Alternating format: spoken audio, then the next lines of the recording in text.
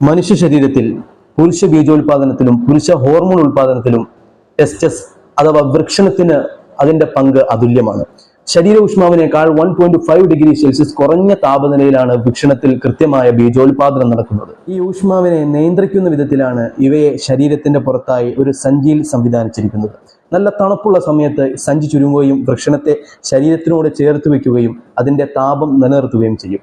നല്ല ഉഷ്ണകാലഘട്ടത്തിൽ ഈ സഞ്ചി വികസിക്കുകയും അങ്ങനെ വികസനത്തിലൂടെ അതിന്റെ താപനില ക്രമീകരിക്കാനും ശേഷിയുള്ള പേശികൾ ഈ സഞ്ചിയിലുണ്ട്. അതുപോലെ തന്നെ ഗർഭസ്ഥ ശിശുവിൽ അതിന്റെ വൃഷണം വയറ്റിലായിരിക്കും. പ്രസവിക്കുന്നതിന് 2 മാസം മുമ്പ് ആ വൃഷണം സഞ്ചിയിലേക്ക് ഇറങ്ങി വരികയാണ് ചെയ്യുന്നത്. ഇങ്ങനെയെല്ലാം സംവിധാനിച്ചത് എങ്ങനെയാണ്? ഇങ്ങനെയല്ലെങ്കിൽ പിന്നെ എങ്ങനെയാണ് പ്രത്യുൽപാദനം സാധ്യമാകുന്നത്? ആരാണ് ഇതെല്ലാം സംവിധാനിക്കുന്നത്? ഇത്ര ക്രിയാത്മകമായി ഈ പദ്ധതി നടപ്പിലാക്കുന്നത് ആരാണ്? ഇത്ര ഇന്റലിജന്റായി ഈ പ്രോസസ് ക്രിയേറ്റ് ചെയ്യുന്നത് ആരാണ്? അള്ളാഹുവാണ്. അള്ളാഹു സുബ്ഹാനഹു വ തആലയാണ് ഇതെല്ലാം ഇത്ര ക്രിയാത്മകമായി ഇത്ര ഇന്റലിജന്റായി സംവിധാനിച്ചത് അള്ളാഹുവാണ്. വഫീ അൻഫുസികും അഫലാ തുബ്സിറൂൻ.